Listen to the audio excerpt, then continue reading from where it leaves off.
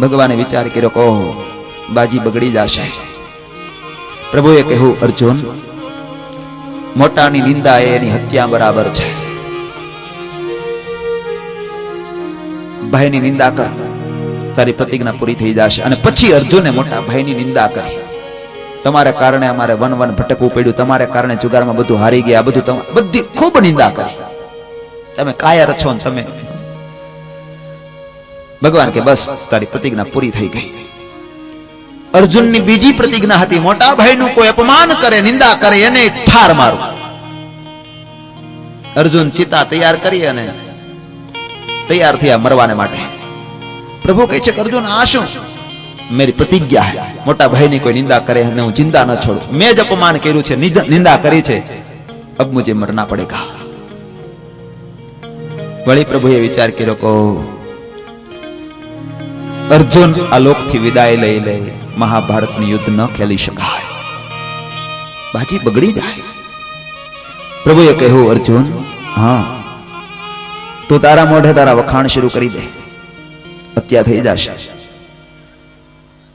અને પછી અર્જુને વખાણ શરૂ કર્યા, પોતાના જ વખાણ પોતે શરૂ કર્યા. હું ન હોત તો યુદ્ધ ખેલાયું ન હોત, હું ન હોત તો દ્રૌપદીજીને સ્વયંવરમાં જીતીને વગેરે વગેરે ખૂબ વખાણ કર્યા. મારા જેવો કોઈ બાણાવાળી નહીં, મારા જેવો કોઈ શુરવીર નહીં, ખૂબ વખાણ કર્યા. ભગવાન કહે તારી પ્રતિજ્ઞા પૂર્ણ થઈ ગઈ, આત્મઘાત થઈ ગઈ.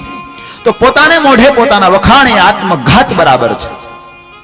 ભગવાને ના પાડી છે ક્યારેય વખાણ ન કરવા, સાધુની ગુરુની નિંદા ન કરવી, એ એની હત્યા બરાબર છે. ક્યારેય નિંદા ન કરવી. પ્રભુ કહે છે મહાપુરુષોની આગળ લાંબા પગ કરીને ન બેસવું, પગ ઉપર પગ ચડાવીને ન બેસવું, મોઢામાં કઈ પાનબીડી ચાવતા ચાવતા ન, એ સબ મર્યાદા है. કોઈ જીવ પ્રાણી માત્રનો ક્યારેય દ્રોહ ન કરવો, ચોરી ન કરવી, બીજાઓના પ્રાણ રક્ષણ થાય તેવું સત્ય ભાષણ કરવું, પ્રાણ રક્ષણ ન થાય એવું સત્ય ભાષણ ન કરવું. વિચાર કરવો બોલતા પહેલા, હું સત્ય બોલું છું પણ એમાં કોઈના પ્રાણની હાનિ તો નથી થતી ને.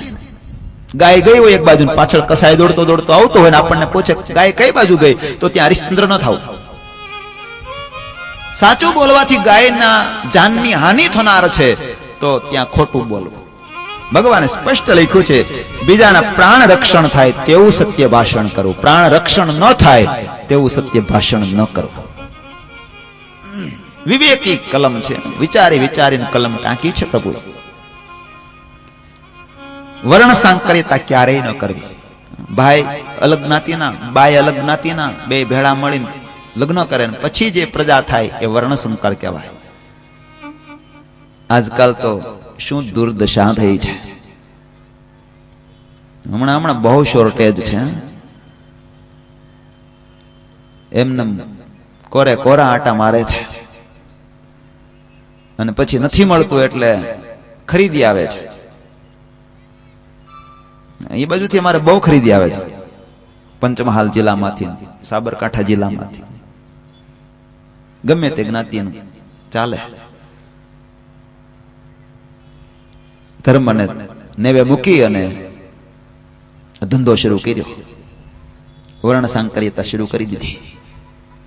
કોળ ગોત્ર કશું જોવાનું નહીં, કાંઈ નહીં. વર્ણ સાંકર્યતા ન કરવી. શું ન કરવી?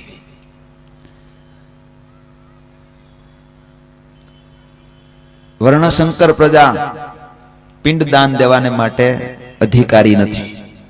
વર્ણશંકર પ્રજા એકેય કોમમાં ન ગણાય. એકેય કોમમાં 18 કોમ ગણાવે છે, આ વર્ણશંકર છે ને એકેયમાં નથી આવતી. એને કશો અધિકાર જ નથી. બહુ મોટું પાપ લાગે છે. અલગ અલગ જ્ઞાતિના લગ્ન કરે, બહુ મોટું પાપ લાગે છે. કળિયુગમાં આજ બધું ભેળસેળ થઈ ગયું છે. ભગવાન સ્વામિનારાયણની આ કલમ છે. ન મળે તો શું વાંધો, સાધુ થઈ જાવ ને. રાહ જોયા કરે, 80 વર્ષ સુધી રાહ જોવે. ભાગ્યમાં હશે તો મળી રહે એમ. ધીરજતા તો તમારી. कौन कहता है धीरज नहीं है? અમે કે દીના રાહ જોઈએ છીએ કે હવે મળતા નથી તો આવશે બહુ, પણ હજુ એવા આવ્યા જ નથી. કોઈ નથી મળતો ને આવ્યા હોય એવા એકેય નથી, હજી રાહ જ જોવે છે. તો વર્ણ સાંકર્યતા ન કરવી, હિંસા ન કરવી, બીજાને ઉદ્વેગ થાય એવું વચન ન બોલવું. હિંસા એટલે કોઈકનું હૃદય દુખાય એવું વચન બોલીએ ને તો હિંસા થઈ ગઈ. કાંકરીના માર્યા કદી ન મરીએ, મેણાના માર્યા મરી, એ હિંસા છે. એવું મેણું મારે અમુક અમુક એવું વહરું બોલે, એમ થાય કે આના કરતા મરી જવું સારું. એ હિંસા છે. મર્મ વચન ક્યારેય નહીં બોલશો, ક્યારેય નહીં બોલશો. પાણી અને વાણી ગાળી ગાળીને વાપરવા. આખો આધાર વાણી ઉપર છે.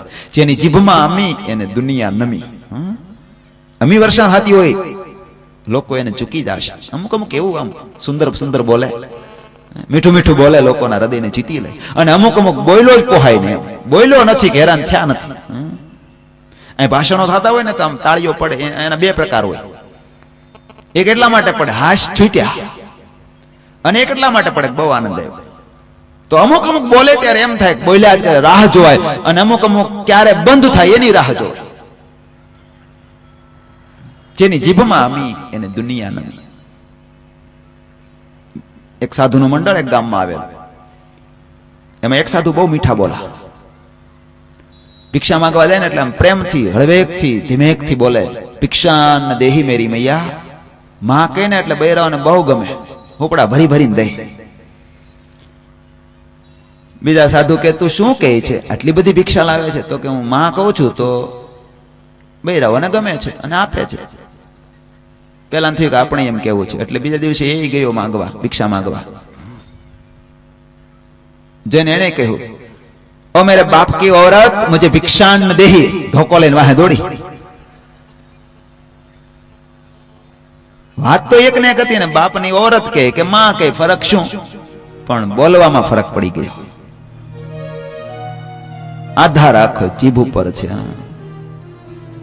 ઝઘડા માત્રનું કારણ જીભડી. લલ્લીબાઈની એવી મોટી તકલીફ છે, હાડકા વિનાની કેટલાય હાડકા ભંગવી નાખે છે. એ એક જ ડુંબાણું મૂકી દે, હળગા કરે, બધું હળગા કરે. ઘરમાં ઓળીઓ હળગતી હોય ને, એ ડુંબાણું એકાદું મૂકી દીધું પછી હળગા જ કરે. બધા ખાવા બહેન ડુંબાણું મૂકે, ટાઈમ હાચવે બરાબર, પછી જો હોળીઓ ખેલાય, ધોળે દિવસે પ્રગટે. આખો આધાર જીભ ઉપર છે. મર્મ વચન ક્યારેય નહીં બોલશો. વિચારી વિચારીને બોલ બોલો, તોડી તોડીને બોલ બોલો. બોલની કિંમત થવી જોઈએ, લોકોના હૃદયમાં શાંતિ થવી જોઈએ, એવા બોલ બોલવા. તો વાણી અને પાણી ગાળીને વાપરવા. એમાં વૃદ્ધોને હું ખાનગી ઉપદેશ આપી દઉં, સલાહ, ખાનગી સલાહ, મફત સલાહ. વડીલોએ તો દીકરાના વહુની હાજરીમાં એના માવતરના વખાણ જ કરવા. જો તમારે ઘી વાળી રોટલી ખાવી હોય તો, અમારા વહુના માવતર બહુ હારા માણસ, એટલો બધો કરિયાવર દીધો છે, ક્યાં નાખવો અમારે, ભલે ને કઈ ન દીધું હોય, તમારું તો હૈલ્યા કર, તમને હું વાંધો કહો. ઘીનો લોંદો આવશે માખણનો, તમે ગૌઢા આવશો ને તોય લાલ ટમેટા જેવા થઈ જાઓ. પ્રેમથી આપણે શાંતિથી જીવીએ ને, બાકી નામ થવું હોય થાય. તો જીભમાં અમી અને દુનિયા નમી. મીઠું બોલો. તમે મીઠું બોલીને મન લીધું રે, મીઠડા બોલો છે. ભગવાન મીઠું બોલા છે, મીઠું મીઠું બોલ્યા કરે. મર્મ વચન કહેશે તો ઝઘડા થશે, ઝઘડા થશે. ભગવાન શ્રી હરિ કહે છે, બીજાને ઉદ્વેગ થાય તેવું ક્યારેય ન બોલવું, મિથ્યાપવાદ ક્યારેય ન કરવો. અમથા અમથા લોકો વાતો કે હાવ નવરા હોય ને, હાવ નવરા. પેલી વાત છે ને, એક શેઠે બ્રાહ્મણને સીધું આપ્યું. શેઠ તો પછી જતા રહ્યા ઘેરે, ઓફિસે જ્યાં જવાનું છે ત્યાં. બ્રાહ્મણ સીધું લઈને ચાલતો થયો, એ ચાલ્યો જાય છે. હવે ઉપર સમળી મોઢામાં સર્પ લઈને ઉડતી ઉડતી જતી હશે. સર્પના મોઢામાંથી ઝેરની લાળ પડી અને આ સીધામાં પડી. બ્રાહ્મણને કશો ખ્યાલ નહીં, એને તો રસોઈ કરી જમ્યો મરી ગયો. હવે એ નનામી નીકળી. ચિત્રગુપ્ત મૂંઝાણા કે આ હત્યા નાખવી કોને માથે? શેઠ નિર્દોષ, બ્રાહ્મણ નિર્દોષ, એને ખબર નહોતી કે આમાં ઝેર ભળી ગયું છે. સમળીનો તો ખોરાક છે સર્પ, એ નિર્દોષ, અને સર્પ પરાધીન હતો, એ નિર્દોષ. તો આ હત્યા કોને માથે નાખી? ચિતા હળગે છે, બધા લોકો આવેલા સ્મશાન યાત્રામાં બેઠા છે. એમાં એક બોલ્યો, શેઠે આપવું હોય તો કઈક સારું સીધું આપવું જોઈએ, આવું ઝેર વાળું થોડું અપાય. ચિત્રગુપ્ત કે આને ખાતે લખી નાખો. મૂંગો મીરો હોત તો અમથા અમથા લોકો બીજાના ઉછીના લઈ લે છે, કઈ ખબર ન હોય છતાંય અમથા અમથા આણે આમ કર્યું. તને કોને કીધું? મેં એવું સાંભળ્યું છે. લે, ઘણી વખત આંખે જોયેલું પણ ખોટું હોય છે. સમજાય છે? આંખે જોયેલું ઘણી વખત ખોટું હોય છે, સાંભળેલું કઈ રીતે સત્ય હોઈ શકે? મિથ્યા અપવાદ ક્યારેય નહીં કરશો. આપણે એના માલિક નથી. એ હિસાબ કિતાબ ભગવાન રાખે છે. શેઠ આડતીઓ મહા ઉદાર, જેને ચોપડે ક્યાંય ઉધાર નથી. બધો હિસાબ કિતાબ એ રાખે છે. આપણને સોંપ્યું જ નથી આ ખાતું. નાણા ખાતું સોંપી દીધું છે, હિસાબ કિતાબ ખાતું સોંપી દીધું છે ચિત્રગુપ્તને. કર્યા કરે છે. શેઠ આડતીઓ મહા ઉદાર, જેને ચોપડે ક્યાંય ઉધાર નથી. જેને જેટલું તેટલું તેને તલ ભાર વધુ દેનાર નથી. હિસાબ કિતાબ કરશે, ખોટું ટેન્શન શું લેવું? ભગવાન કહે છે કે મિથ્યા અપવાદ ક્યારેય ન કરો. આચાર્યની સામે જવું, સ્વાગત પૂજન કરવું. આવતા હોય તો સામે જવું, જાય ત્યારે વળાવા જવું. ભક્તો, રાજા અને વિદ્વાનની પ્રશંસા કરવી. દેવાલયોને હાથ જોડવા. નાસ્તિકના પાસરામાં ક્યારેય પ્રવેશ ન કરવો. એમના આચાર્ય સાથે વિવાદ ન કરવો. એમના ગ્રંથ સાંભળવા નહીં. સ્ત્રીઓએ ક્યારેય સ્વતંત્ર વર્તવું નહીં. ગ્રહસ્થ આપતકાળ વિના ક્યારેય મા બેન દીકરી સાથે એકાંતમાં રહે નહીં. આ બધા નિયમો છે. રજસ્વાળા ધર્મ સાર ધાર પાળવો ભગવાન સ્વામિનારાયણનો આદેશ છે. આજે હું થવા બેઠું છે? એને કઈ શ્રાવણ મહિનો નથી, ફાગણ મહિનો છે. ભૂલી નથી ગયો ને?